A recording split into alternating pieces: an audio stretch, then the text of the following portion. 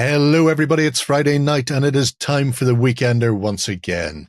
And on this week's show, I make the case for blogs, Ben goes batty over the Battle of Britain, and Justin checks out the wrong trousers.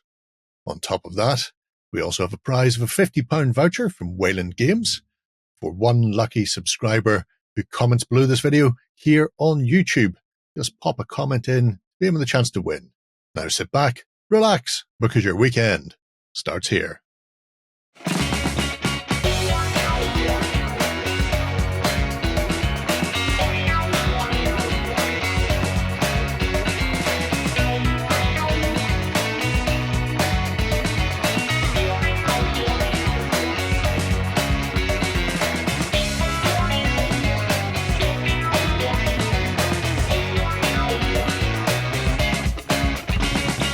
Hello everybody and welcome to the Weekender. I'm joined this week by Justin and Ben.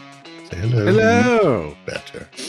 I have revived the Ming the Merciless look for the summertime. It's getting too warm. Getting too warm?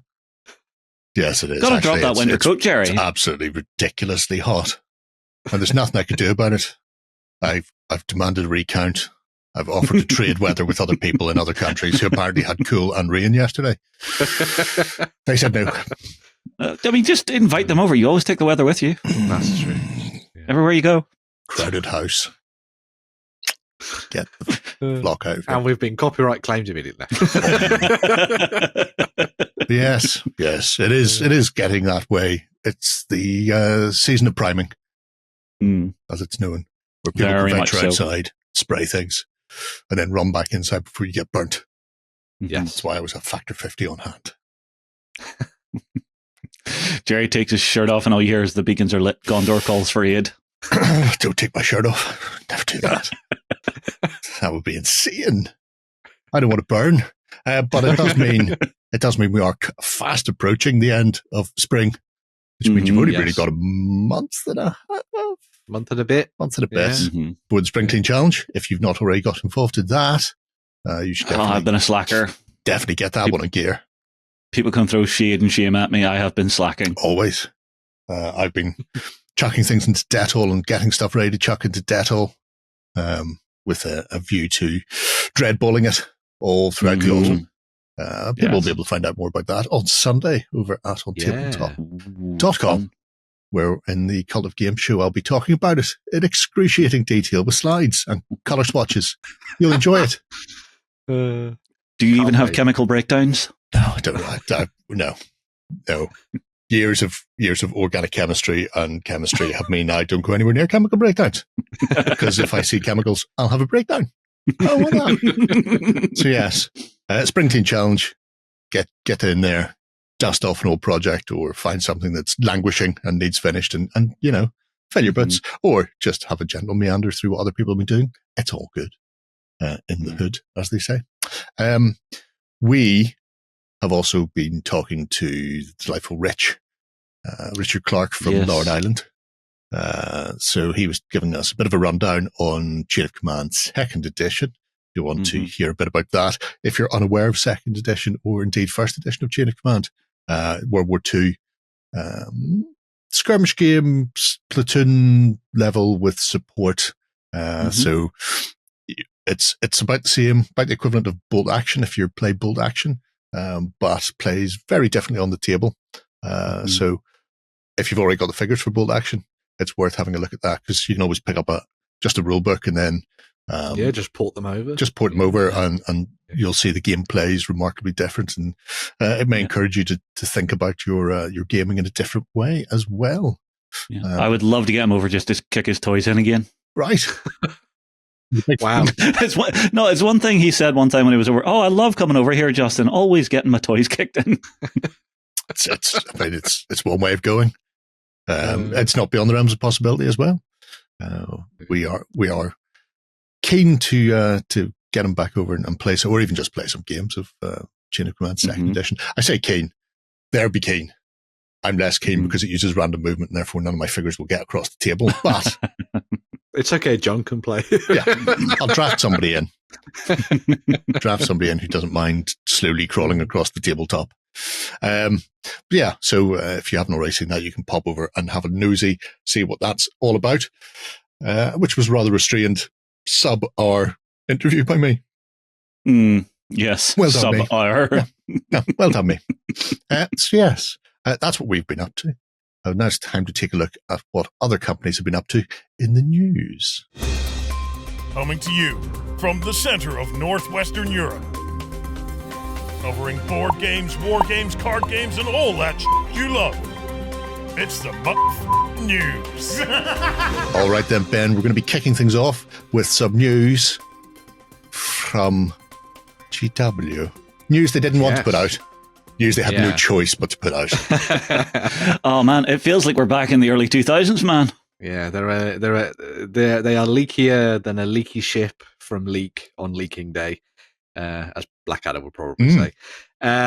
So, new edition of Warhammer: The Horus Heresy, a new box set has leaked, popped up on Reddit and eBay and all sorts of different places. Are scalpers already selling it? Are they?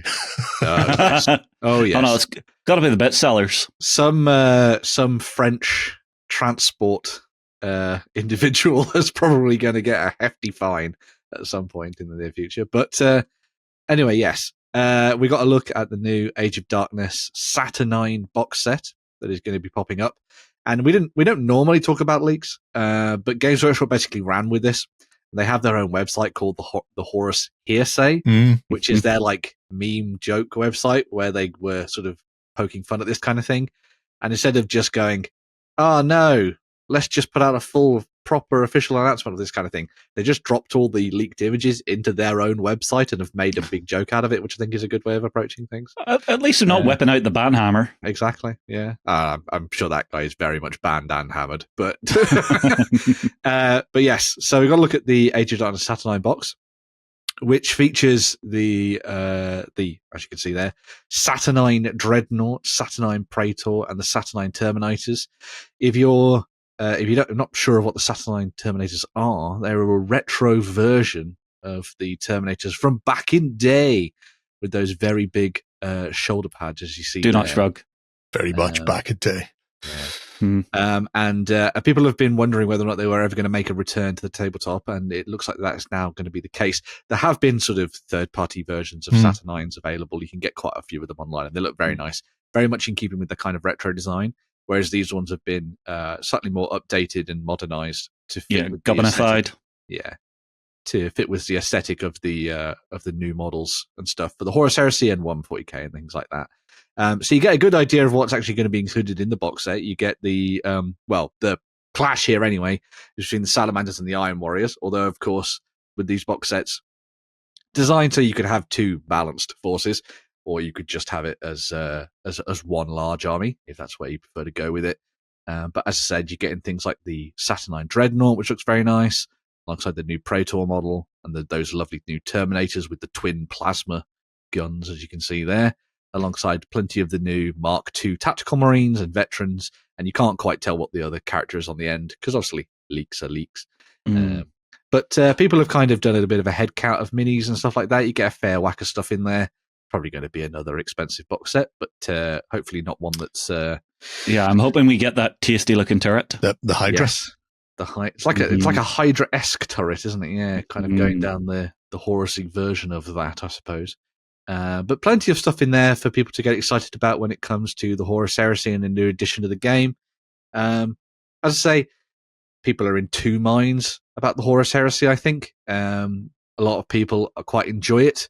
A lot of people think that second edition ruined it. I mean, John has been enjoying building his mechie boys. Well, there you go. So, I mean, there is quite a lot of stuff. Obviously, it's a lot of Space Marines on Space Marines with a few Imperial bits and pieces, and obviously the Mechanicus. I want to see Heresy Orcs and Eldar.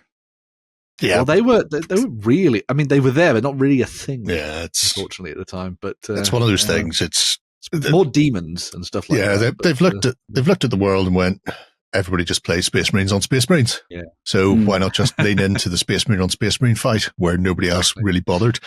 They do look like they have bionic parts. That looks like a bionic arm and stuff. So, it's Iron Warriors, yeah. So while they could be combined into a big force, it's a force that's undergone a serious amount of bionic replacement. They've been in the front line for a while. I mean, the amount of fighting they would have done during the Heresy seems legit. True, very true. I would imagine you're probably going to be able to mix and match a lot of the components here with what you've got in the existing plastic sets as well. So, for those people who are diving into the Horus Heresy, it's not just the preserve of resin and forge world anymore. You're probably going to get your hands on a lot of more plastic stuff over the last. I'm assuming that Hydra is in there because it's on the box art as well. There you can see it there.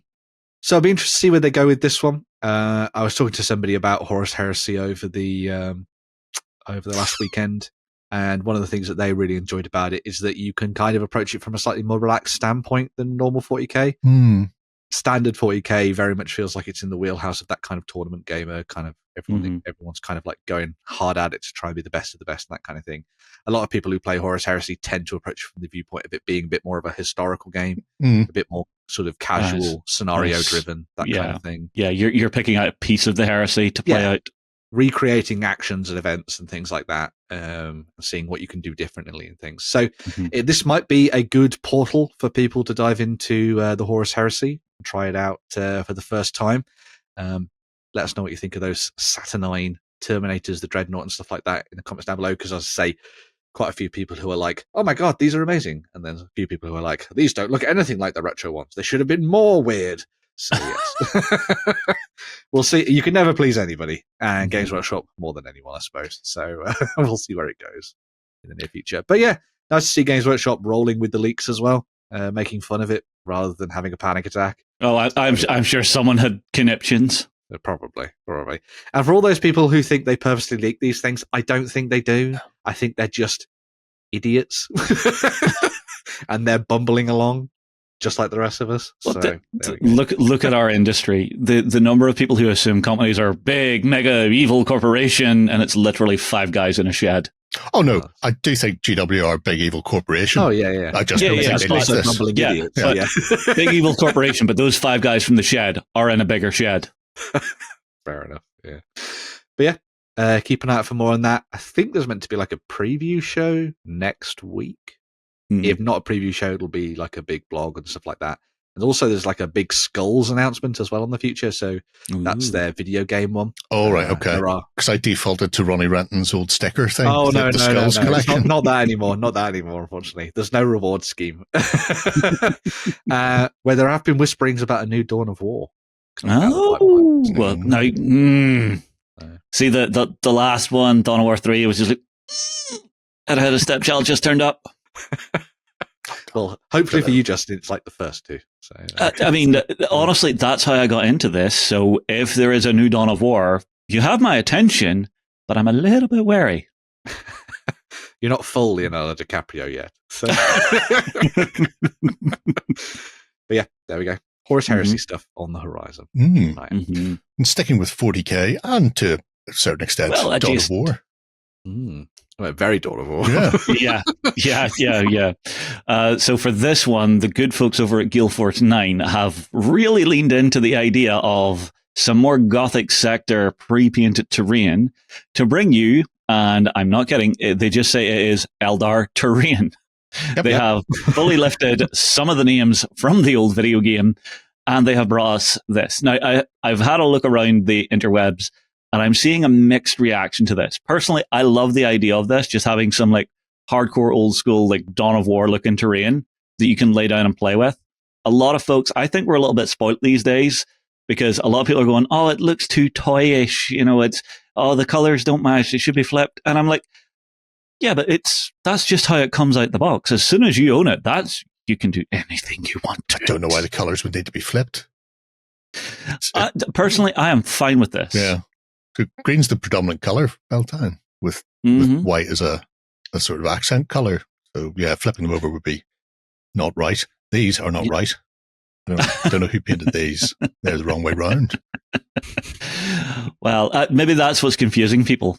But personally, I love the idea of if you're a new gamer getting into wargaming and you want some quick, easy terrain, you can just slam down onto your new neoprene mat. Go nuts. This is perfect for you. Big, chunky, blocking line of sight pieces of terrain. Even if you're a tournament organizer, right? How many times have you seen people organizing a tournament and it's just random odds and sods that get thrown together. Grabbing a set like this, along with some of the other stuff that Guildforce have done, perfect. You will have a beautiful looking tournament, even just for club days. If your club just has we have a collective terrain set, throwing something like this into your club from club funds, super easy. No one has to do extra work. I think they've knocked it out the park because it's just grab it and go. That's the whole point of it. Grab it and go. And if you want to do more, do more. I have the Imperial stuff. Gothic sector, was that it? Yep, we have a ton of it in here. I'm just waiting for a chance to use it. A bunch of that popped up last year, and I grabbed a bunch of it because I was desperate for some more 40k terrain, and obviously because it looked a lot like the Dawn of War buildings, it was a shoe-in for me to get sort of grab that and pick it up. It looks a little bit toyish, but I think it provides you with really quick and easy terrain to put on the tabletop. Because it's all flat colours. Well, yeah, and all you got to do is put a bit of weathering on it if you really just want throw to. a strong tone on it, pull out the details a little bit, and off you go. But as somebody who vehemently hates painting terrain, hey, you've had that. Yeah, who would have thought? Shock horror. Grabbing that stuff was really good and allowed me to drop it onto the tabletop. They do, as you were hinting at, Justin, obviously they've got this Eldar stuff, but they've also got the Imperial bits, and they've also got like a Tau-esque collection as well. Yeah. So they've already done 3 factions, and if you could do a bit of mix and matching, do whatever you like with these. And you could just set it up. You both have a corner of the table to lay it out, like the old base structure you used to have on maps. Yeah. But I think it's a solid range, and it's really been really well done. If you don't like it, you don't like it. Don't buy it. Don't buy it. Yeah, it's really that simple. Simple option, yeah. But as you say, I think this is really good for those people who want to get a tabletop looking really nice out of the gate with a nice neoprene mat or something underneath you, and away you go, really. Yeah. So it's kind of the era we're in, because whenever we first started getting into the hobby, everything was scratch built, custom built. I know, Jerry, you adore that old school style of stuff because it gives you something really individualized and personalized to what you're wanting to do. But for someone that's just jumping in, plug and play, makes it so much easier, and then they have a chance to play out games on a decent table and then learn to do all those extra bits. Yeah. There's a lot to be said about pre-painted, ready-to-go terrain, regardless of whatever system it's for, because then you can concentrate on actually getting your army painted. Yeah. I will also say it's relatively inexpensive as well. Like, even some of the larger pieces don't come in massively expensive.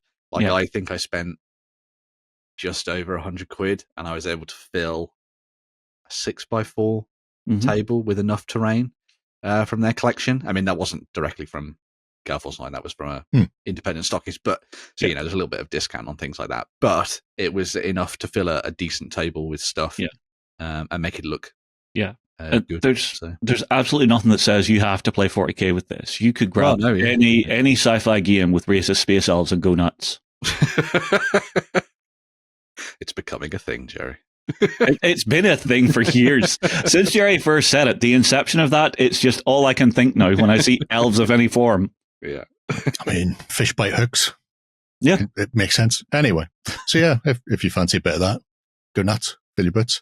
Hopefully, I'm not sure what the Imperial Gothic-y sector has been like for keeping things in stock.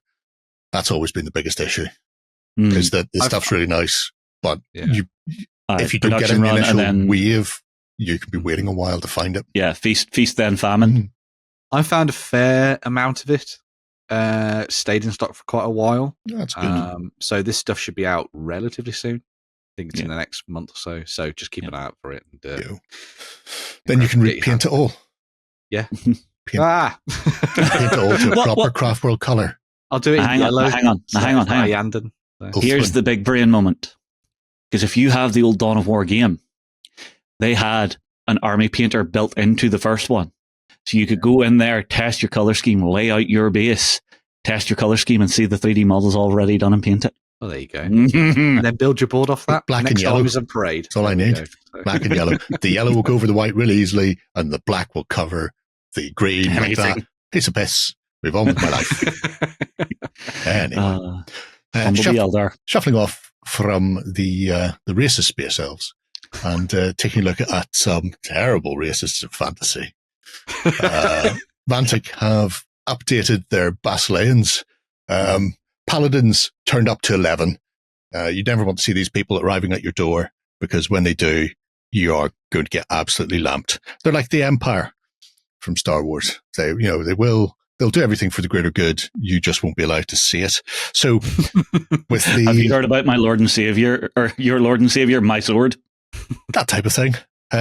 With the advent of the most recent plastics coming for the Champions box set, the little first look at the Basilean Paladin Knights, they've finally been released as a regiment, and in doing so, Mantic have also gone in and updated their army sets, so they're the regular and mega armies. So if you're after some Paladin plastics, the regiment set is available separately, as you can see, with a base that's too big. That base is not included in the box. An actual proper sized base is included. Noticeable to pedants on the internet. I am one, but I wasn't the one who mentioned this. Somebody else did. When they looked at that and went, that is far too big. And somebody went, yes, it's just a pre-production base. The base that you will receive in the box are the correct bases for the horses. So the army set contains Paladins, Knights, Foot, not Paladin Defenders. These are the PVC plastic versions with two-handed weapons. Likewise, the Elohi, everybody's favorite, and by favorite I mean most hated, winged things on the table in Kings of War. They're also PVC, and then the men at arms are hard plastic. Now they are shown there with swords and boards or spears. The units can also be built up with crossbow. So nice. All of those options are on the sprue to allow you handy to shoot your way to happiness. I will say probably best going for a couple of trips of crossbow, considering the up close and personal damage that these guys will put out. And then there's even a resin Paladin to lead the force.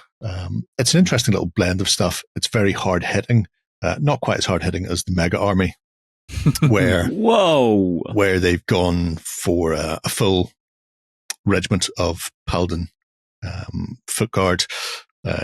2 trips here, but they could also be regiments of Paladin Knights, and then there's 2 regiments worth of the infantry men at arms in there, alongside a delightful regiment of Ogre Palace Guard.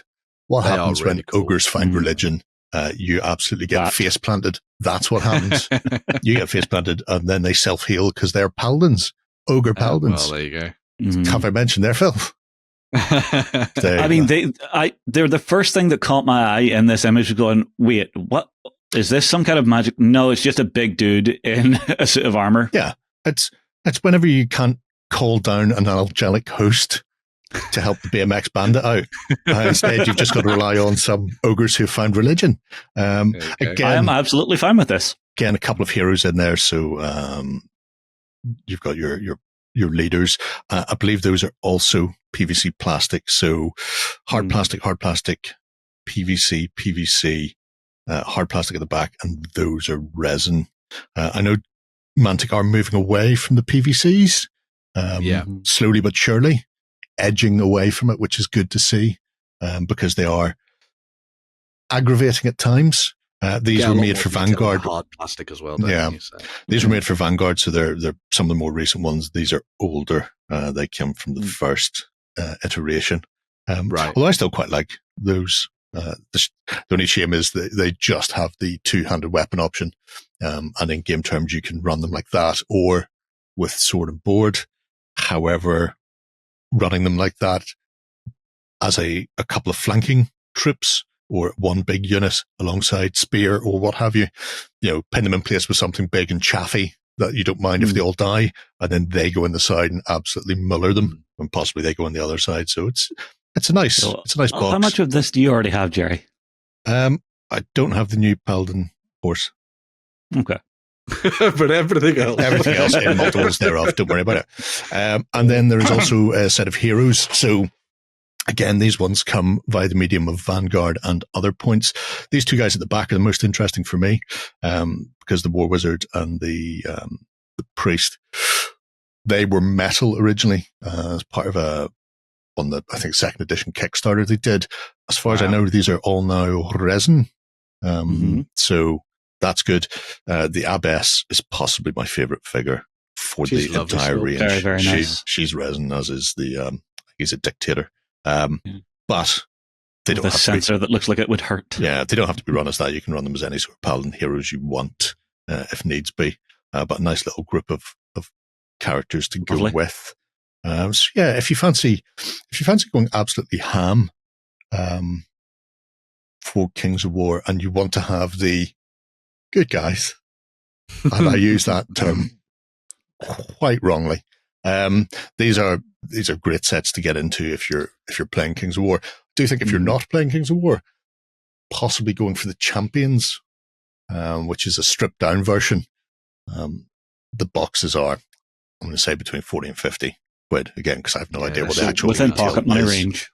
but it's a one and done. Every Champions box is like 4 units or 3 units and a hero.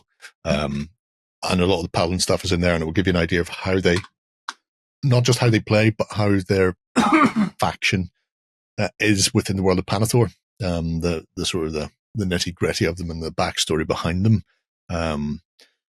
If you are into Kings of War, I mean, you know about these already. So these are just refreshed versions of the older boxes. If you happen to fancy getting into some Basilean stuff, and I will keep calling it that. And I know other people pronounce it differently, and I don't care. Basileans? Is that Basileans is one? Yep. Yeah. I think Basilea sounds better. I think it's the one I started with, and like many things in life, when you've learned it incorrectly once, you just stick with that. Most intriguing thing for, I think, a lot of us, whenever we've seen the boxes, was the complete lack of the sisterhood. So their nuns, which are all PVC and possibly some of the rope-based. With a bit of work, they can paint up quite well, but the proportions on the arms and stuff are a bit monkey-armed, a bit really long-limbed. And I think it's a deliberate choice on Mantic's point of view, although I've got no evidence to back that up. But I would think if they get a hard plastic at some point, the fact that they don't have to go into these boxes and remove old PVC and release another army set is possibly why the Sisterhood were excised from it. That's a good idea. Because they would be the sort of the light infantry compared to the medium and heavy that you have here with the men at arms and the paladins. I will say I like how Warcraft coded a lot of that is as well. Like you could very easily turn that into kind of like, Lordaeron or Azeroth or whatever. I never even thought about painting them as Scarlet Crusade. And then Riftforge orcs, they're very, I have been building my Riftforge recently. Themed. So those ogres also work very nicely in that kind of horde-esque vibe. No, Jerry, look at it this way. You've at least got the Dattel already prepped. Oh, don't worry. None of my paladins are painted yet. That's not true, actually. I have painted a... Did you paint Elohai or whatever it was? Yeah, because I wanted to go for the blue and cream color scheme, similar to that. Ooh, the wings are lovely on that. Oh, yeah, I know. I'm actually a good painter when I can be arsed. But can't be arsed often. But the idea of doing them with Scarlet Crusade, I mean, I could always just lead into the Uther look and then just make them all Argent. What is it?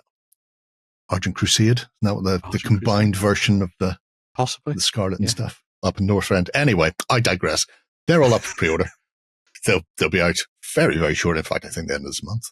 They're going to be on their way. So if you fancy some proper lawful good, the worst combination. Lawful stupid. No, lawful good are the worst. If you ever play not so D&D, good for everyone else. They are just the worst because can't do wrong or can't do good for want of doing wrong type of thing. And that's just how they are. They are the inheritors of the world. Angels fight for them, for God's sakes. So anybody they kill must be evil by default. Therefore, kill everyone. Anyway. Heretics. That's enough for news for now.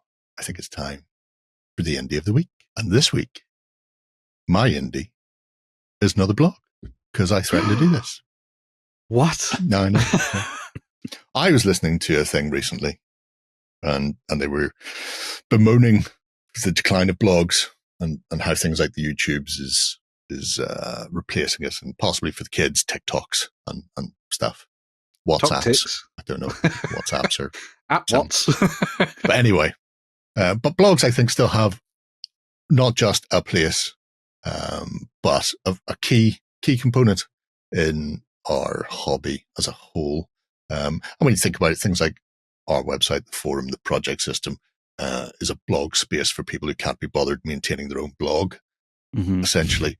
And there's a lot to be said about having something that is there that can be searchable and readable without having to go plumbing the depths of the dark end of the interwebs. Well, I was going to say 3/4 of an hour long video on snow basing, things like that. Not that I would have done that. So this one is the Hour of Wolves, and I think Benjamin will quite like this for a couple of reasons. One, the gentleman in question is Neldoroth. Wow, that's OG. Which is a forest somewhere Middle Earth. That's what he's named after, and there are some Middle Earthy things in there. Well, there's blogs called An Hour of Wolves and Shattered Shields, yes. Which is an Aragorn quote. So. Sure. If you say so, son. If you say so. But the world comes crashing down around you. Yeah. Why is it all just punched into the left? Probably because I run an ad block, and on the right is stuff that I'm not seeing because I run an ad block. Oh, fair enough. Note to people at home, always run an ad block. So he has been going from, I think, 2008. Nice. Last post was a couple of months ago, depending how you count. I count badly. Time? So that's how that one goes. But as you can see, the news is stuff he's working on. Armies, terrain, articles, campaigns, battles, Instagram. That's one of those things that the kids do. Which I would take you to, but it keeps going. You have to sign up for Instagram and puts a big thing in the middle of my screen. I can't see anything, so we'll not bother. But there's a lot of fun to be had in here, not just because if you're after inspiration for a whole host of stuff from fantasy to historics in different scales as well. He has a ton of painted armies in here that you can go in and go Kings of War Dwarves, Whamster Empire. We can look at those. Sir Guinness. Why? Thank you, sir. I don't mind if I do. And, Guinness the Stout-Hearted. Get it? Because this is stout. I love it. That's very good. Yeah. At his warriors. Yeah. Just a little set to use in medieval period. Obviously, early medieval. Is there any ambiguation on the images, or is it what you see is what you get? No, not in this one. Saracens don't work with the Russians because of skill creep. But I quite like that. I quite like the fact that he's gone in there and just went, you know what, I need an interesting little character and retinue to run, and has decided to go with Sir Arthur and his friends. I don't know if he ever actually calls him Sir Arthur. Maybe he's unaware that Guinness had a first name. He's got I like the harp on there. Yeah, all three-handed harps. He's even got a pint on the bottom if you look close. Yeah. And it looks like it's got the appropriate head on it. It's got a good head, yeah. Won't find that in England. That's true. A country that has absolutely never learned how to pour a pint. Oh, it makes me cry. But anyway. Doesn't stop you drinking it, though. It does sometimes if it's particularly bad. But he's been doing a lot of work. The Chaos and the Empire are heavily inspired by his Battle Masters box. Oh, so cool, yeah. Therefore, it's for people who don't remember Battle Masters, it was, I think, with MB Games, it was a big hex mappy giant battle game that contained things like plastic cannon, knights, wolf riders, rank and file. There was a ton of stuff in that box. Now I think about it. Although there's a company I've not heard of in Yonks. Milton Bradley. Yeah. It's been one of the biggest names. You couldn't go into a toy store without seeing their board games on a shelf. Kablamo. So this side is just sheer inspiration / model porn. I was going to say model porn. Model porn. If you're after... Did he freehand the wood grain on that? Yes. Yeah. Well done to you, sir. It's stuff like this that I think is quite... It serves as that inspiration. for when you're looking at build. Oh man, that's so good. That's really nice. One of the more modern plastic kits as well. Yeah. You've got that kit, haven't you? Probably, yes. In a box somewhere. But like, as you say, one of the things, you look at YouTube videos and things like that, and yeah, they're nice enough. You can get some inspiration from watching them and things. But please subscribe, like the video. If you actually want to like sit down and paint something, you want a reference image, like something like this. Yeah. Where you can go into it and see how they've done it and just sort of look at it from different angles and get an idea of it. And the fact that it's on the shade, the highlight. Yeah. The fact that it's all presented so nicely as well, with the really nice backdrops and the terrain and things in there too, I think really adds to the appeal of these. The dwarves that you hate, Ben. I know, they're so bad.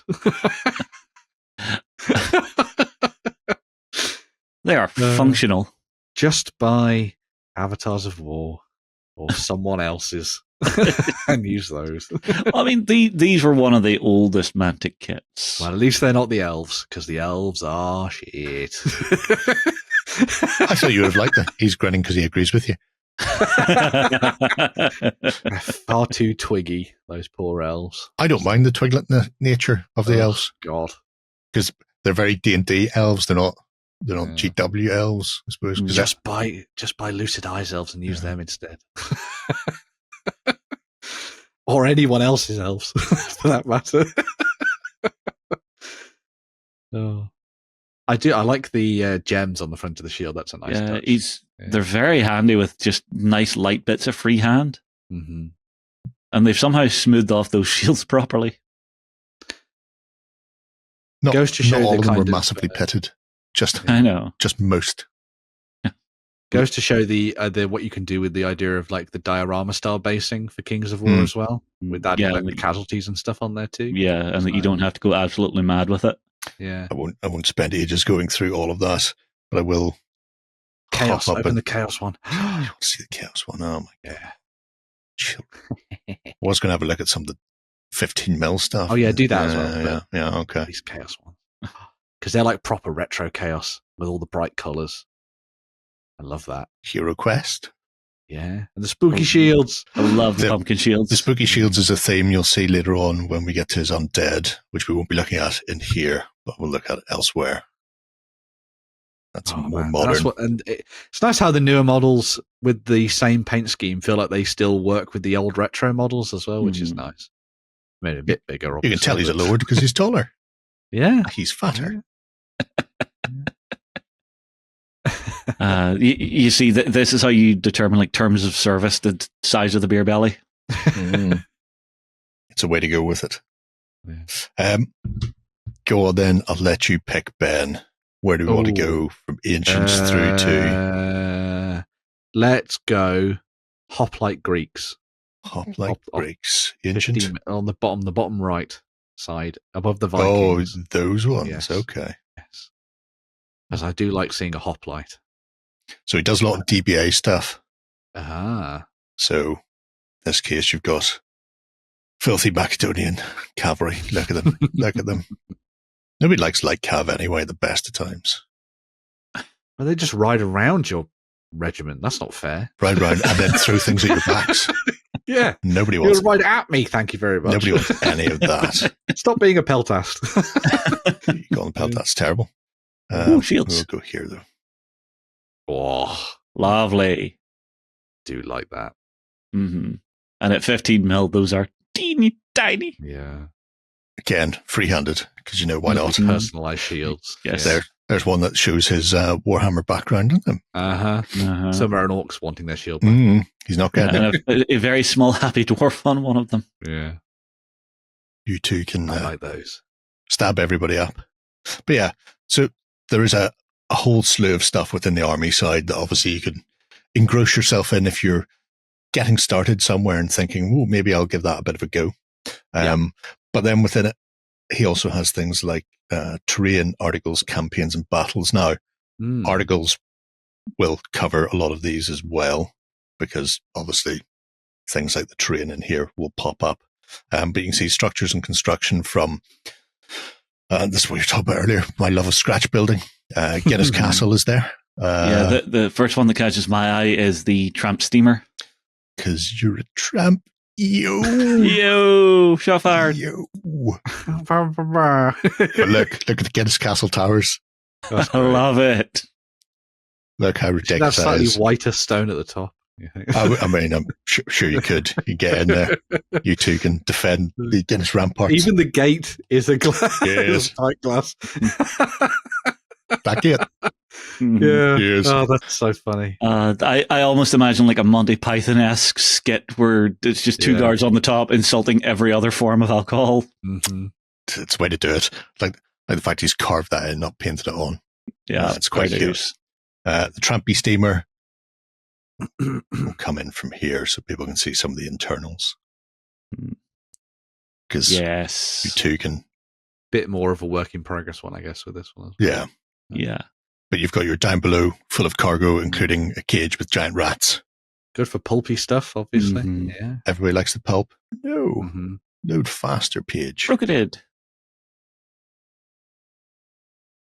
The upper deck is relatively small, compact, and bijou. Yeah, it's at that stage where you're looking at it going, it's never going to work. It's never going to work. And then you prime it and it's just like, oh, it did work. You've got your generic bits and pieces, which you can harvest. You've seen the Prancing Pony, haven't you? And Osgiliath. Right. And Lothlorien. And Umbar. And Harad. Oh, my God. Stop this. You have the link. You can come here whenever you want. No.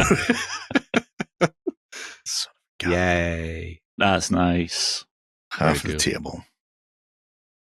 Large bridge section and things like that. Really fun. Look. Good for scenario playing. A river. A river for the orcs to cross. How very dare they.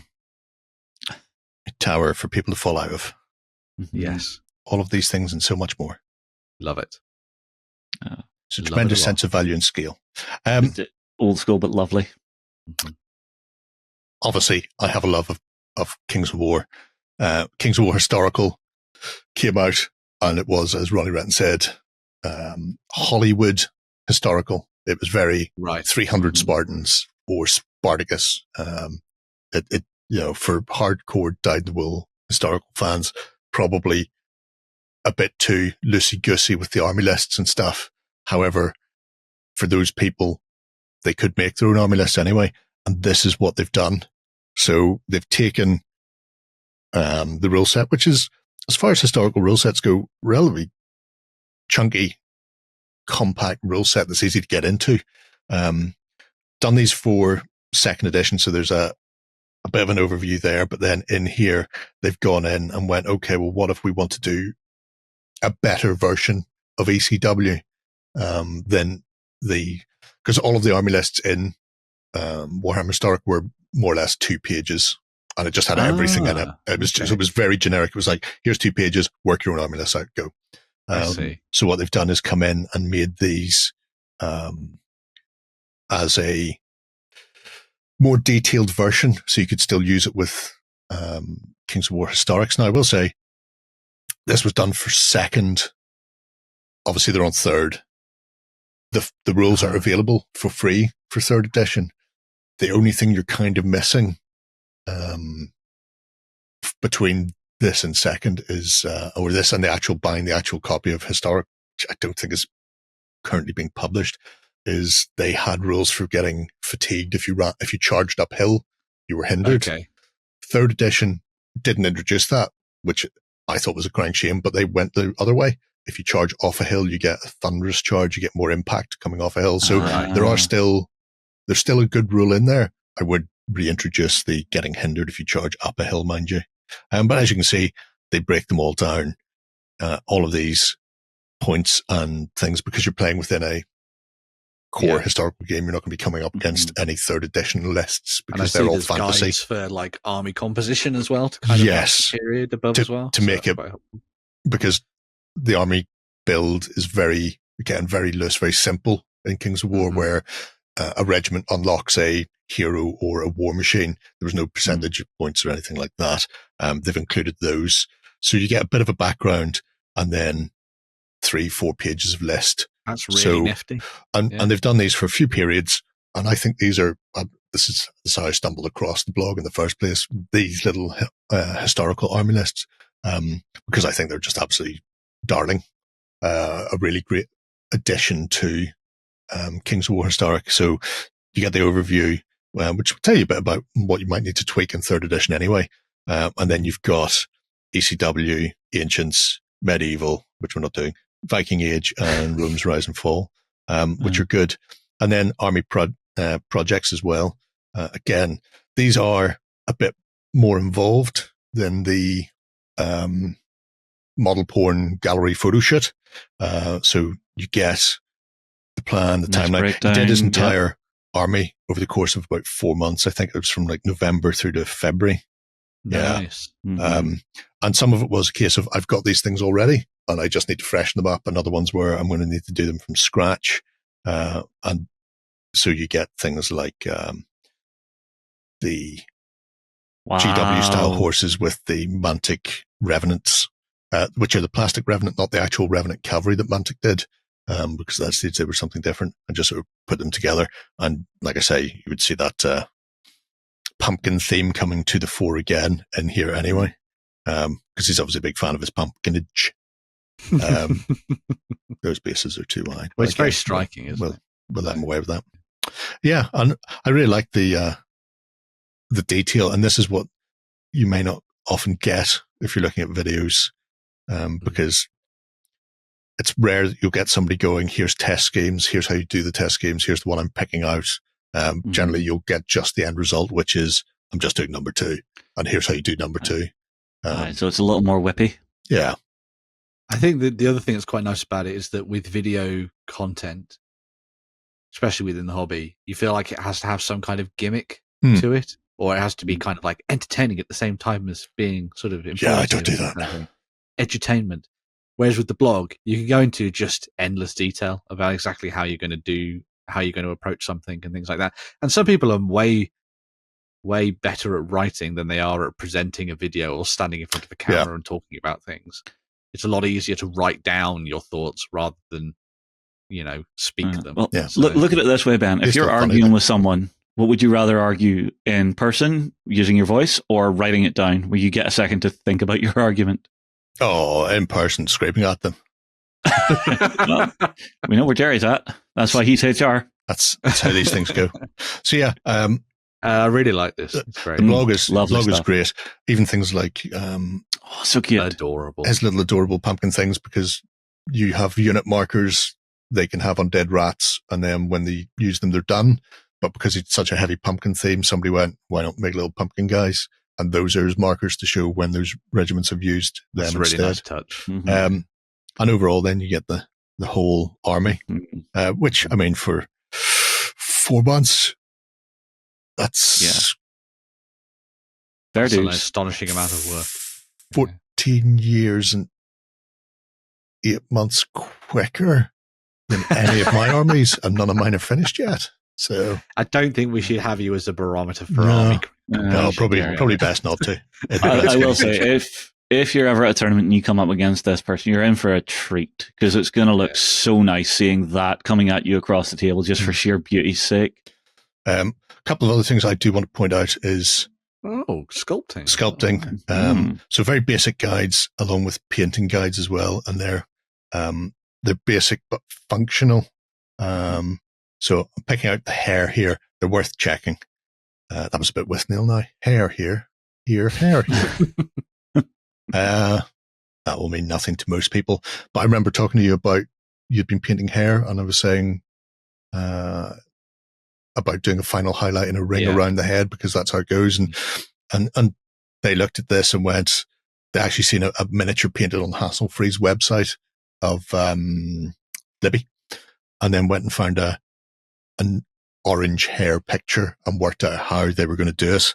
So bump, paint colors, and then sort of finished result. So here it's a very step-by-step guide without going too in depth, too gilding the lily. And it's the same for some of the other painting tutorials where it's like explaining how to do freehand on shields or how to paint designs on fabric.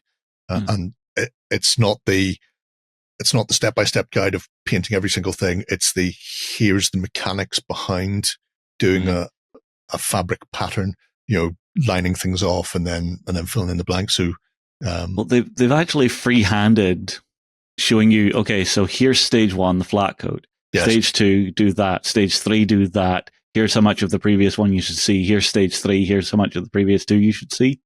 Yeah. Which in video, you would never get that. Yeah. Well, you might, but not easy. This is one of my favorite things, and I've kept this for last for you specifically, young Benjamin. And for people at home who have picked up things like the John Hodgson Book of Backdrops, this is a forced perspective medieval town to take pictures on, done via the medium of a fan box. And I wish I had you now, contents of said box. So the idea, rats of rights, the idea is to have a pivoted, I did this beveled in graphics back at school. Because you have your vanishing point for your thing. But if you're building that on, and I know about vanishing points, I know about forced perspective, but I would have thought about building it on a flat plane. As you can see, they've actually made it so that the plane lifts so that whenever they do their smaller vanishing point buildings, they are inclining as well. So they're receding into the distance and height. Makes sense. And then drew in his final sort of backdrop as well. And it's just a nice little build. And something we talk about a lot, about the in situ pictures. Just looks so much more difference. So much more interesting. And you can see there, what's that? Probably about 30 centimeters square, maybe. But the world of difference it makes when you have all of these put together, that you have this little scene drifting back that they can then pop the minis in front of, and works really well. And all of a sudden they're raiding a Saxon village somewhere. Well, I say that, yes, that is Tudor buildings and sharp people. But you have this really, really nice little scene, and then you can pop a backdrop in behind it for your sky or whatever. But it's all very staged. And every time we talk about 7TV, at some point I bring up, let's not make any sets for 7TV, or not, don't make any buildings, just make sets. Make it look like they're just facades that people are having to act in front of. And seeing something like this to even use as the back of a table for 7TV be a great idea. Would be even having that as a central piece, because seeing people walk into the forced perspective. Have the sound guy behind it with a boom. Not even that, just having it with that forced perspective, but you can play through it. Would look so odd, but really add to the idea that, yes, this is just a TV set. That would work really well. Yeah. The last thing to sort of mention is campaigns and battle reports, because I am a whore for them. So they have a few in there, campaign-wise, DBA, the closing battles of the War of the Ring, things like that. Yes, I know. I'm going to click it. And again, using by the will of our people, he's got the campaign set up. This is the area that's being reproduced on a 2x2 board. The fact they're using 50mm figures on 25mm rounds to get that sort of sense of scale as they play. The force setups, so who's in what and how it's going to go. And then I particularly like, we're talking about the edutainment / comedic effectiveness of it all. The opening notes, the opening thoughts of the players is great. So Gondor, very difficult campaign, primarily the armies of Mordor, vastly outnumbered. This alone is make things look bad. There are two things that I'm going to be going for. The first of the two towns, blah, blah, blah, blah, blah.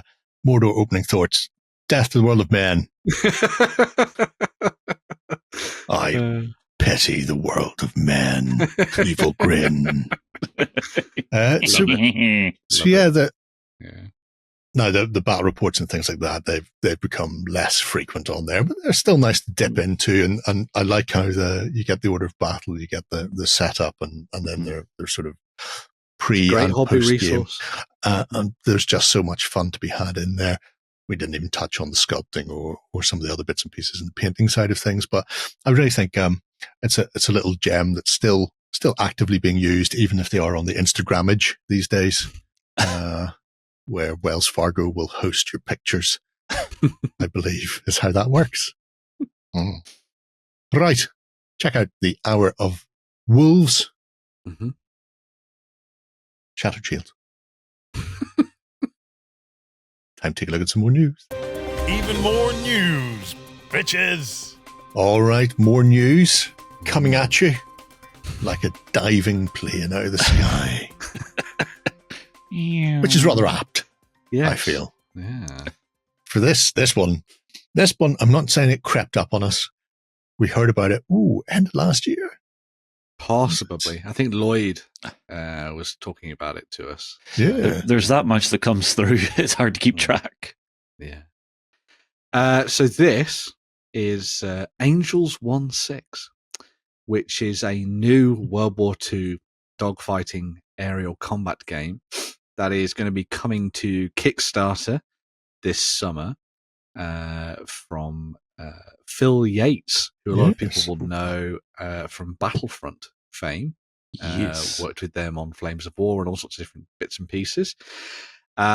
Theme of this one, however, goes from the ground up into the skies, and we'll see you taking control of high quality pre-painted aircraft in, as I said, dogfights on the tabletop. And they have found a use for the old extendable areas. Telescopic flight stands, yeah.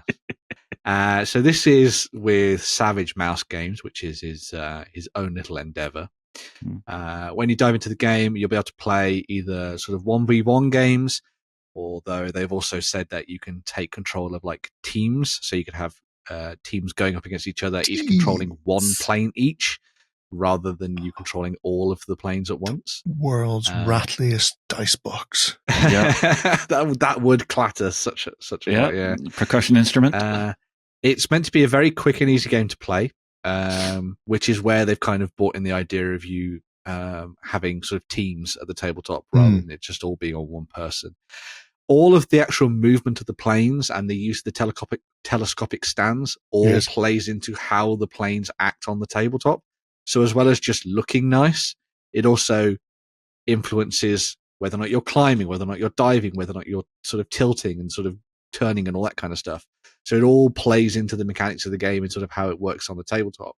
But what's quite interesting is that whilst it has that sort of depth to it, as I say, it's quite easy to play, and games should only take between 30 and 45 minutes to play out.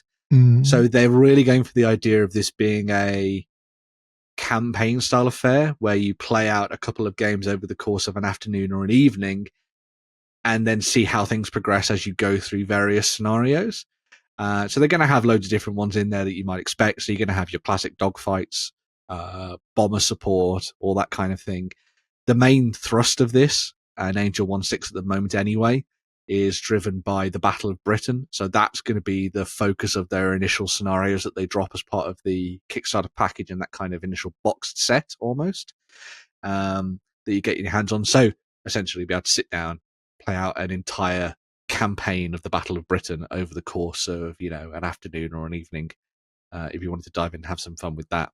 So you will also notice we've been seeing a few of the kind of early previews of the miniatures they've been working on for this as well. So you've got the German planes there, you've got the British planes, so you've got your classic Spitfires and your Hurricanes and your Messerschmitts and all that kind of stuff, your Junkers and things like that.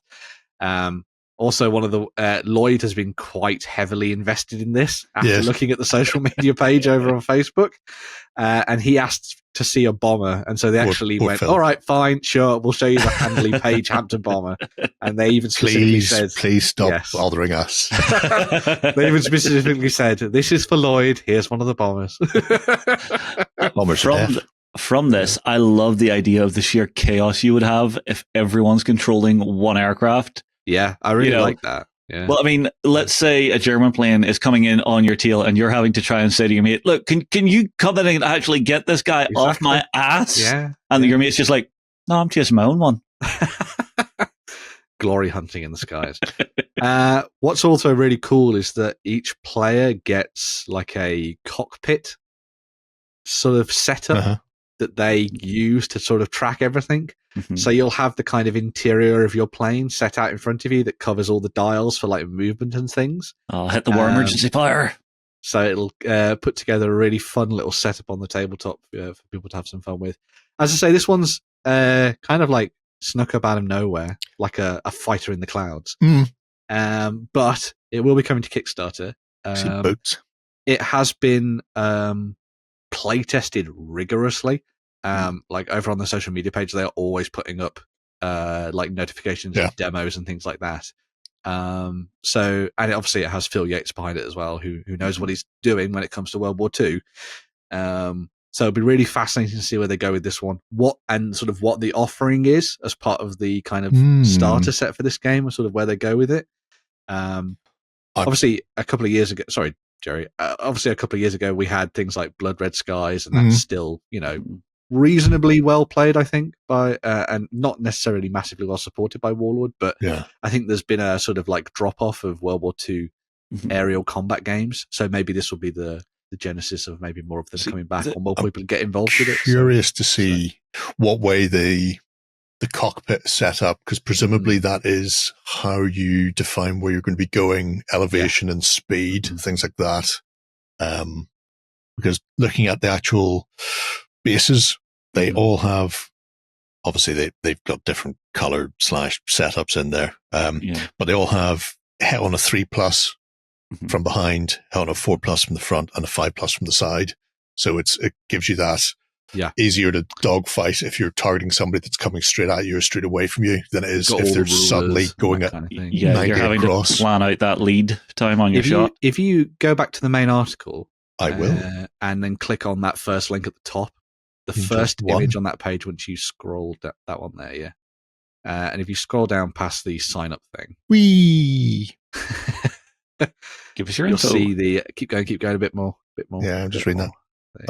There you go. There you can see the cockpits and stuff. So the little dashboards. So it looks like 4v4 for a start. My question is, right, whenever I think of World War II aerial combat games, I always think one-off fight, just done and dusted.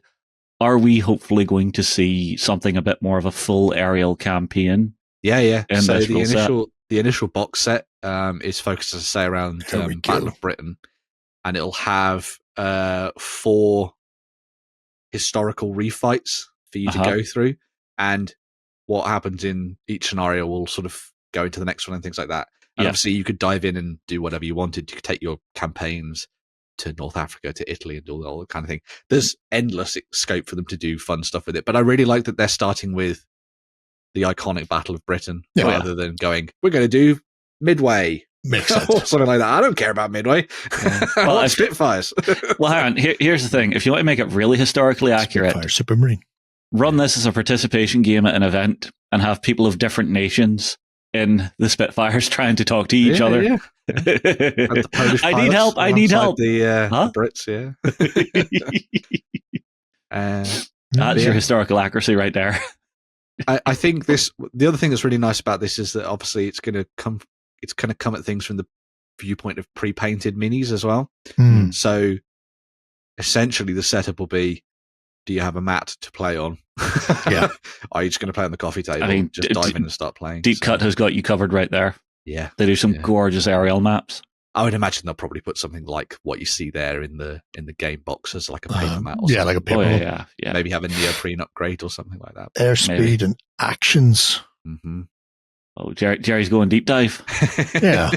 Well, this is really fascinating, I think. It is. Yeah, it is, because at the end of the day, if you want really nice plane miniatures, companies have been making those for 50 or 60 years. However, the thing that would get you is actually how the game is played. Because that to be brutally honest, I've not seen a aerial combat game yet that is better than Blue Max, which is old, to say the least, but still far better than anything that's been released in the last 30 years. This looks like it could be right up there. I'm curious about the elevation and things like that, and how things sort of pan out with it in the long term. But yeah, that idea of having the built-in housekeeping of those things and having an easy way to track it, I do like the idea of. Well, I mean, that was in Blue Max. You already had a little panel where you set your airspeed and you set your elevation and you set and your turning and everything else. Come from that. So maybe, but I like the idea of the game letting you experience it. For the dragons, what's it called? Dragon Strike. Oh, Dragon Strike. I love Dragon Strike. Dragon Strike was inspired by Blue Max to a great extent. There you go. The turns and stuff like that there. So aerial combat, I do like, even though I'm possibly not the biggest proponent for World War II aerial combat or naval combat. When I do play World War II, I tend to like my feet on the ground. But the complexities of that style of game design and trying to actually make it feel intuitive, but at the same time interesting to play and have a certain degree of realism, I think is fascinating. Maybe we should reach out to Phil, see if we can get a chat with him. It'll be quite fun. So, definitely. Yeah. He's only 11 hours. He's in a different place in time and space, but never mind. No, that's right. Won't be the first time I've been up till work. Shit o'clock in the morning to interview somebody in the Antipodes. Zero Dark Stupid. And I will do it again if I think I can. Yeah, I think we will try and get a chat with him to see what's going on, because I'm intrigued. Yeah, and Phil's always fun to talk to. An intrigued little muppet. It's me. Speaking of World War II, I did mention at the start of the show, the Lardies have got Chain of Command 2nd edition up for order. So if you fancy it, you can go in and see me talking to Rich about it. But if you already are on fleek, as I believe the kids say, I have no idea what that means. With Chain of Command and 2nd edition, then you can go ahead and order it now. So it is available in both digital and real versions for people who, physical. PDF and physical, yeah, real. Which means you can get your hands on the book. The book itself is a whopping chunky monkey of a book. It's not a slim little volume. I think it's 200 odd pages.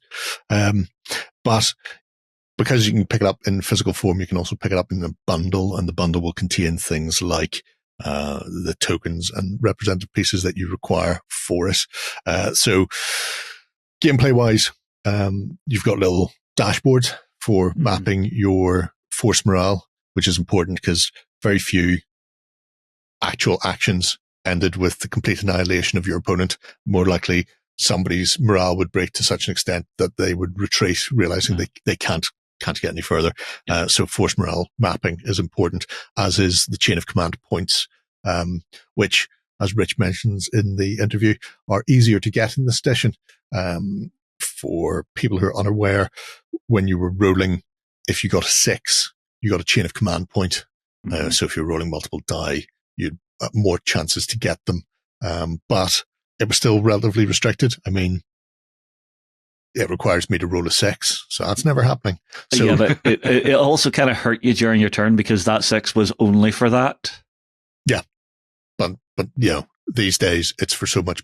Well, I say it's for so much more. It's not. It's still just for chain of command points. However, the amount of things you can do with the points has been increased substantially.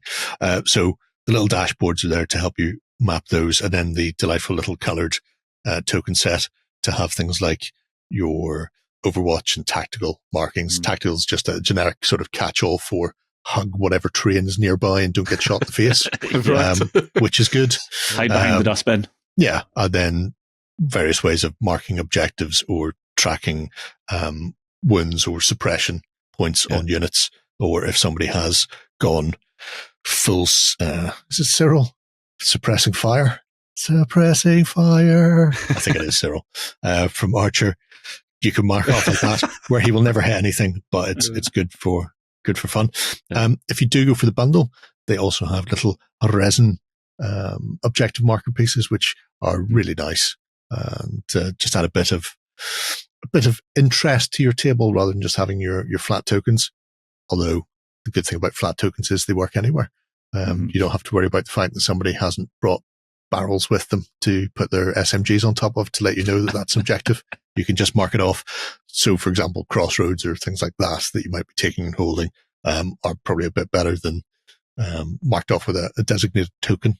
But yeah, I believe it's already up for digital.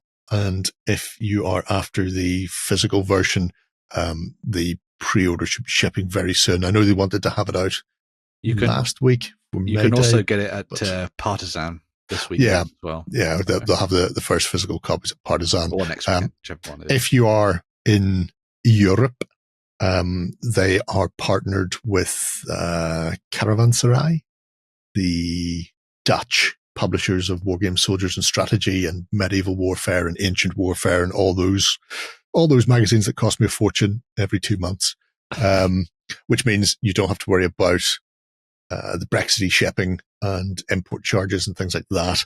In fact, I think all of the Reiswitz press things that the Lardies do are available from them.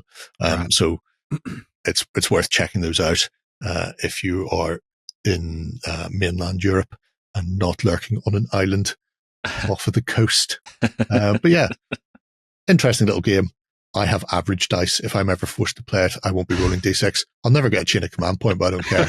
I'll actually be able to physically move up the table in some semblance of order. See, one of the biggest things for me listening to Rich whenever I was editing this is that this is not a full teardown and rebuild. This is him clearing that system up and making it run better. So it's more about keeping the game, the core DNA of it, and just making sure it's more fun for folks. Nice. A lot of squinting going on. As he did point out, it was Does he owe me a few Reich marks? It was the first game that they came up with and published. So in a lot of respects, they've had a decade and a half of publishing to iterate their stuff and other people's stuff since then. So an awful lot of it is quality of life as well. Just a better laid out book. Yeah. After like a 13-year playtest. Yeah. Better described and illustrated and photographed, and all of those technical advances they've made have gone into it, as well as the FAQs being folded in and bits and pieces that have come via the medium of their campaigns and their handbooks for other theaters, where they've come up with new rules or ways of doing things and went, well, actually, there's no reason this shouldn't be in the core rules. So they've been able to fold those back in from subsequent expansions and supplements that they've created over the years. I'm excited for this. Yeah, definitely one to check out for people if they're into World War II gaming. Like I say, if you've already got bold action, this might steer you away from the idea that everything needs to be points valued. There are points in the game, but I think the idea of playing more asymmetric games is sort of easier to handle when it's sort of thought about from the get-go. Yeah, well, that was the fun one, because recently we did like an Arnhem campaign for myself and a few other members of the website here in the studio, and the very last game we played, depending on how you played and who finished up when, other tables could be receiving support. I think Bob's table received like 2 extra German tanks because the other 2 Germans won quite handily and quickly. Well, there you go. Shocking. Absolutely filth. That sounds like to me. Yeah. Fascinating to see where it goes. I know people are crying out for a let's play of it. So whether we get Rich across to do that or do it ourselves, time will tell. Although they said if Rich does come over, they want to do Far East. So interesting. Because they're curious as to how that handbook works, and everybody wants to see Chindits. Oh, there you go. Right. It's what has to be done when the word is said. Right. Shifting away from the historic, our final bit of news is attached to this Steamy Punky. Yes, a little bit more news out of Steamforge. So what we are seeing, the big one for me is we have a new Cygnar Warcaster who is a member of our Grave Diggers. I have to say, this one caught me off guard when I saw it, because a few different things ran through my head. Because he's got the wrong trousers and they've gone wrong. Well, actually, the first thing I thought was, this feels a bit of like end of World War II for the Germans, where it's just like, well, we've got the legs, we've got that turret. What happens if we just go, that'll fit, right? That'll fit. But the actual guy on top, Boom Boom McCoy, sorry, Connor Boom Boom McCoy, he's a little bit Wild Thornberries. He does have that vibe with him. All I imagine is just hearing boom, boom, boom and hearing smashing. That makes sense. Things up, yeah. He's also compensating for something quite drastically, I will say. But, yeah. Well, I mean, they could have named him Lieutenant Dane because he's got new legs. there you go, yeah, very true. But, I mean, the character is wonderful, just really, really just, you have a sense of this guy is a lunatic. You imagine him walking through like an R&D department and going, okay, I am tired of schlepping my ass up the battlefield. I need something to help. And the R&D guy going, oh, we have this and it's really nice. And it's like a nice little exosuit. It'll go on you. Really, really great. Walks past, this half-built tank turret piece and the legs and he just goes, yes. But, but this is, I like that, but I want that. Make this a reality. Yes, yeah. Make this my thing. It's entirely possible those are his legs. There's no way he's fitting into that turret ring. I mean, he didn't miss leg day. Yeah. It's just, this is the smallest they can miniaturize prosthetic legs for him. Well, I mean, honestly, the concept is so different to anything else we've seen for Cygnar. It's still got that Gravediggers vibe where it's just that rough iron, trenchy feel, a bit bigger, a bit more bulky. Normally, whenever you think of like a Cygnar Warjack, you think something a bit light, sleek. That this is almost something that they've found on the battlefield on the Khador side and went, we can make use of that. Yeah, that's true, actually. Yeah, it's that big, heavy, chunky feel is a real departure from what you imagine a Cygnar Jack to be. But I absolutely love him, and I think he's going to be a lot of fun to build, paint, and play. Yeah, he's very nice. Yeah. Mm-hmm. Now, is he superimposed on those rocks? Yes, I think so. Maybe. I don't because I can't stop looking at that. Yeah. We'll have to wait and see whenever we get our hands on the miniature just how both feet go on rock. Yeah. But as well as Boom Boom, we have seen the splitting of the 2-player starter box. So the command cadres that you were getting in that are now available individually. So if you were wanting to get in on it with these, but didn't want to like shell out for the big 2-player box, we have our Cygnar side with Deuce, Alistair Kane, Black 13, and our other guy, I forget his name. I'm so sorry. Baskin Falk. There you go. So you can now get them separately and just start, build, paint, play, get on with it. I mean, personally for me, Black 13th was always one of my favorite units just because you could do such shady things with them. I'm sorry, I enjoy going on the battlefield. It's always nice when you get a gotcha moment. Yeah. And then obviously on our Alpha Strike Range Supreme. Well, on our Khador side, of course, we have our Warcaster unit, Solo Warjack again. Yeah. We've got Sakura Vikul, the character Warjack Razor. Now, is it Vikul or Vikul? Vilkul, apparently. Okay. Yeah. Sergeant Goran Lazarenko, Jackal, and the Hounds. There you go. Aye. All the names, all the explosions. And all of these are coming in that beautiful hard plastic that Steamforge have been doing. I am absolutely blown away with what they're fit to do with their plastics. The last 2-player starter set, I had the good fortune of unboxing and building, and chef's kiss. Except for there was one side where they did some like really weird cuts. They went through like a torso and went, okay, we're going to make this 3 pieces. Okay, take the arms off. No. Go from shoulder to waist, and then go like this wide, and then go halfway down through the torso to the hip. And it was why would you do me dirty like that? So figuring out the build on that, because I was building it without the instructions, like, ew, weird.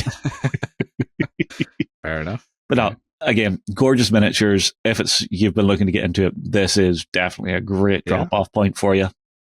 Great idea. Mm-hmm. Handy if you don't want both factions from the starter set. Exactly, yeah. Presumably the starter set is still going to be the way to go / cheaper. It will be. If it's you and your mate diving in, yeah, definitely. Yeah. But let's say, I mean, obviously with this coming out, we know the 2 sides of the Hordes more one will come out separately. So if you don't have a friend who wants to play, say, Khador, they want to play the Trollbloods, you can grab your Cygnar, play with those. They can grab the Trollbloods and get started. They've said that the starter set that they came in will exist until they run out of their current stock. Okay. Okay. And then the only place to get them will be those 2 sets. But Still, that's still fine. I mean, So- you're not losing anything. Happy Very good. days. Yeah. Right. I think that's enough news for this week.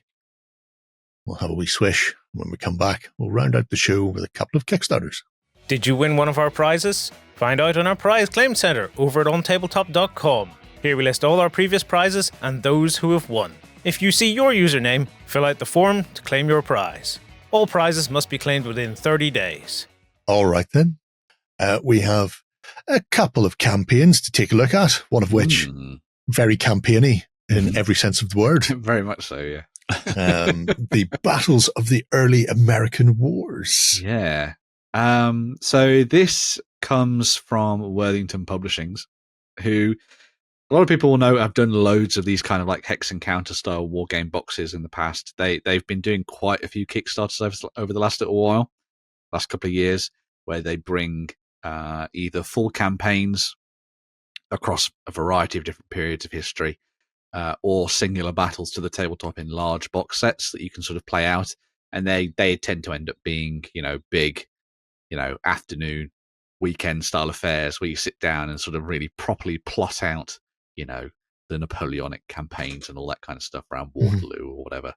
But this Kickstarter is for, as Jerry was saying, the battles of the early American wars. And it's actually 3 new travel game versions of their sets.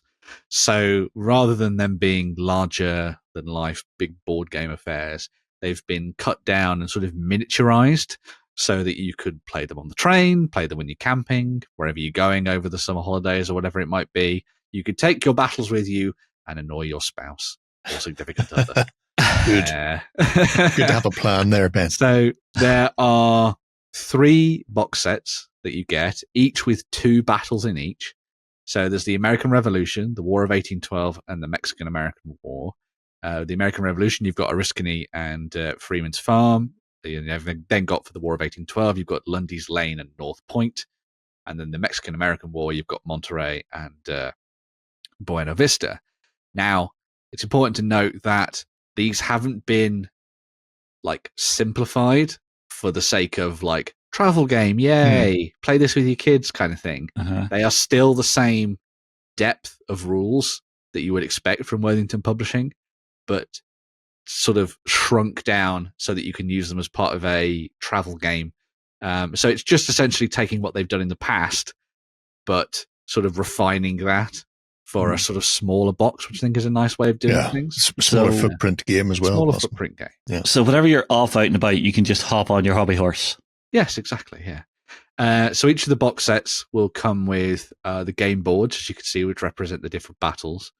You also get between 2 and 3 counter sheets, depending on the size of the forces that you're using. You just pop those out. Away you go.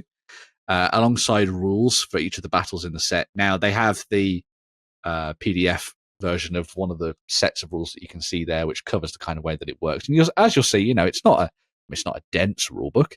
It's only 12 pages or something like that, so it's nice and easy for you to get stuck into. But they'll be slightly tweaked depending on the conflict that you're playing. So obviously there'll be slight changes to the way that things might work based on the tactics that would have been used during the period for either the American Revolution, the War of 1812, or the Mexican-American War, and also the units that were involved during those particular battles as well. You'll also get all of the dice in the box set that you need, as well as a little tiny custom tray that you can do your rolling and stuff in as well. So everything could be nicely self-contained. So if you're somebody who has managed to blag themselves a table seat on the train for a 10-hour journey or whatever it might be from Scotland down to the south of England or something. Is that really how long it takes on the train? Yep, can do. Dude, seriously, I guarantee it'd be faster and cheaper to go to EasyJet. It would, but you couldn't play this if you did that. Or you could, but I think the table trays are maybe a bit small. But yeah, you could crack this out and have some fun with it, and then just pack it all away and then sort of come and play another battle a different time. Obviously, switch sides if you wanted to do so as well. I mean, because of course there's 2 battles in each set and 2 forces. That's enough mixing and matching for you to have some fun with that one. I'd hope that this goes well for Worthington, because I think this is a really nice idea. As I say, them and like Compass Games have done a lot of these kind of stuff like that. hex encounter stuff on over the last little while, and making it transportable like this, so that you've got more options for playing the game and sort of taking it out and doing different things with it. I think is a really nice touch from them. See, I'd love the idea of having like multiples of these that I'm just slipping into my backpack to bring to, say, an event. And let's say through the weekend, let's say, all right, I have friends from all over the world. They're coming to this event. We've always wanted to play this together. Well, I don't want to be stuffing masses and masses of stuff to try and bring to an event. Something like this, you can bring it, play it, and you're not like, well, basically loaded down like a donkey. Exactly, yeah. So I think this will be really fun for people to dive into. Your jump-off point's really reasonable. Yeah, games take about 60 minutes to play as well. Can be played solo if you want, which is always nice as an option. So if you're traveling by yourself and you want to take over the table and just play with yourself, not like that. Then you can have some fun on that front as well. Yeah. And as you say, just in reasonably priced. Grabbing all three, Cost you about a ton. Yeah. Aye, with your postage. Yeah. So yeah, fun Quite stuff like there those. from a historical point of view. I'll be Just need to get interested your to see own- where they go. Tweezers Oh yes, for moving your counters. yes, moving around. Well, I'm wondering, are the counters magnetized to the No. play space? No, okay. it's all No, just cardboard. Card. Okay, fair. So if someone nudges you, the battle's over. Start again. My brother Paddy used to be terrible for that. We used to play chess, and anytime he was losing, he would just like dig the side of the board and send everything everywhere. How dare he? I don't, maybe that's what made me the way I am. I have to get in there before he stops the game from being able to be played. See, finally, the secret revealed. The Alpha Strike background revealed. How these things go. Backstory. Oh, so hang on, it's all from childhood trauma, like every villain. There are but 8 days left on that. Yes. Already massively funded. It's a low goal anyway to begin with. And yeah, nice hex and counter game. Something I don't play enough of. Yeah, they are fun. Yeah.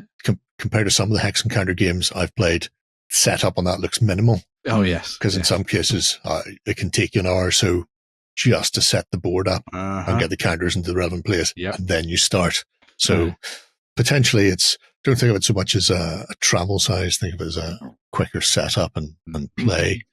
Or you can have multi-weekend campaigns. Yeah. Well, you can for the or big multi-campaign box weekend. ones. Sorry, boo.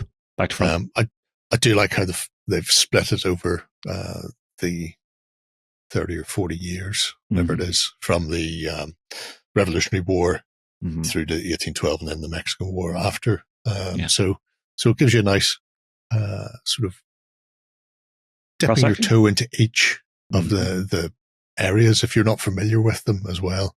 It's nice to get the sort of background of specific things, because obviously things like Oriskany was part of the Saratoga campaign, which was massive in comparison. So just having little snapshots of each of these. Well, it does something that I always talk about, which is it gives you a clean jump off point to actually dig in. You're not like diving into it going, I love this era. Where do I go? Might inspire a new army project and all sorts of different things. Yeah, maybe. So, might let you expand further into that like period of history. Yes. And the great thing about hex counter games, no painting. Exactly. Yes. No painting, no scenery. Just play the game. Do the war game. Do the mission. Yep. Right. Something distinctly different. Okay. Yes. Very good. So Anvilrage Studios are on Kickstarter right now with their campaign for their Furry Warriors. Furry. It's not that kind of furry. So crinkle. Are you sure? Because they were wearing suits back then. Anyway, so with the advent of Star Wars Legion sort of returning to the tabletop this year, bigger than better than before, Anvilrage are on Kickstarter right now with a selection of STL files, bundles, and all sorts of different things that you can download from them through this Kickstarter for building a furry warrior Wookiee adjacent army to use in your space conflict Star Wars battles on the tabletop. Those are interesting. Yeah. So the core of the offering for the campaign is a unit of the furry warriors and also those 80 FT walkers, as you can see there. Yeah. So enough for you to be using them as alternatives if you were playing something like Legion. On the tabletop. And using them to represent the rebel ones. And that kind of thing. Yeah. I mean, clearly they've been listening or watching a little bit of F1 because they've got the halo on there, so they don't get the heads took off. Yeah. You also have the parked ATFTs, which you could use obviously as objective markers or terrain in your games if you wanted to as well, or maybe just use them for something slightly more dynamic if you wanted to have it so that your characters could dismount and you're playing, any other sci-fi skirmish game that your character might have a vehicle that they could then leave and rejoin. But over the course of the campaign, which is already very well funded, they've started to unlock a whole bunch of extra stuff as well. So you have the likes of the Swamp Speeder, as you can see there. Very much sort of tapping into the sort of prequel era battles that you would have seen played out in the movies. And especially with the swooshy bits. Lots of swooshy bits. Yeah, all the leafy armor panels. As well as a few different things like weapon packs, so you can mix and match the weapons that your characters are using. You've also got the marksman unit there as well. You've got a proper bowcaster, as well as a tiny little boy. What was he called? Lumpy? Lumpy, yes, possibly. Chewbacca's son. For those people who want to play out a full-on Wookiee army on the table. Oh, right, I thought you meant for those people who want to play the Star Wars Christmas special. Oh, I mean that. Yeah, I mean less of that. I mean that one adopted / kidnapped Ewok, like any good role-playing party. Yeah, always steal a goblin. You've also got the heavy weapons specialist there with a variety of different weapons. So again, if you wanted to make a rebel force for something like Legion, but you wanted to just supplement the specialists and things for certain units with Wookiee variants, there's no reason why you couldn't do that and make a slightly different army. Obviously, you've got your different tokens and things that you can put on the tabletop. You use them as a little bit of terrain as well. That's creepy. It is, yeah. So it's a really nice little campaign, as I say, where you can get your hands on some really lovely STL files. Plenty of bits and pieces in there for people to have some fun with and paint up. They look gorgeous. They're really nice sculpts. Sculpting is really good. And they have shown off a few of the printed variants as well, so you can see some print examples and things. Just sort of show off sort of how they come off the beds and stuff when they're all cleaned up and ready for the tabletop. I will point out as well as this campaign being available right now. Yes. Also, not in too many silly components either, which is always nice. Yeah. But as well as this campaign being available right now, Anvilrage also have their own website and Patreon and things like that. So if you want to go and find out a little bit more about them, we might revisit them in a 3D printing is the shiz in the future, because they have some really nice bits and pieces in there. And like any good 3D printing company, as well as just providing the STL files through their normal website, they also have partners who will do it in physical form for you. Smile and be happy, Jerry. If you don't have access to a 3D printer, you can go and find a variety of different merchants. Or the will to learn to use one. So, yes. But yeah, really nice sculpts. Something a little bit different. With everyone really getting into Star Wars again at the moment, both on the tabletop and obviously in video form with the likes of Andor and things around, reigniting the passions once more for rebellious battles on the tabletop against the Galactic Empire. Wookiee lacrosse team. Surely they just let him win. Yeah. So. Well, no. I mean, this makes perfect sense because obviously the Wookiees are all jocks. Yeah, well, yeah. But some nice stuff there from Anvilrage. So if you're looking for something a little bit different from the sci-fi point of view, go and check that out. Or obviously, if you're a bit more of a historical fan, go and have a look at battles of the early American War as well. Only 2 pledges? That's ridiculously cheap, is it? Yeah. I think that's ridiculously cheap. It looks it. Yeah.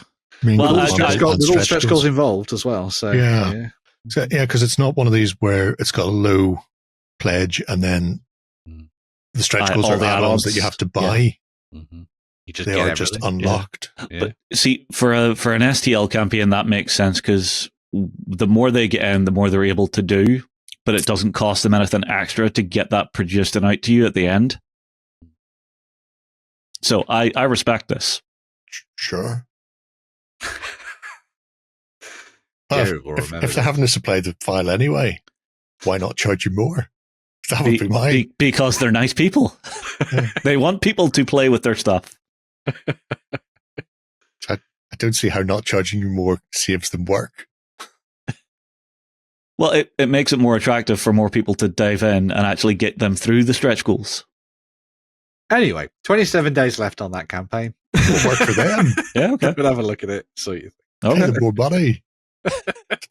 Lot of stretch goals to do. You know, go get out there and chisel those digital images, or whatever. I have no idea how they make them. Some knock bits off, literally. Tiny little digital chisel and hammer. It's exactly how it works, Jerry. Yep. Glad we all sorted that. Right. Enough of this gay banter. We shall away and return again next Friday for more of the same. Mm-hmm. However, if that's too far away, join me on Sunday where I'll be talking about 27 different Dread Ball teams with alternative color schemes. Oh, John's going to love you for this edit. It's good times. You can join us for a free 30-day trial if you're not already a cultist, and if you are, we'll see you then. Until that point, have a great week of gaming. Bye-bye. Go ahead and check out our other content on screen now. And while you're at it, why not hit subscribe and remember to ding our dong. Go on, you know you want to click it. Go on.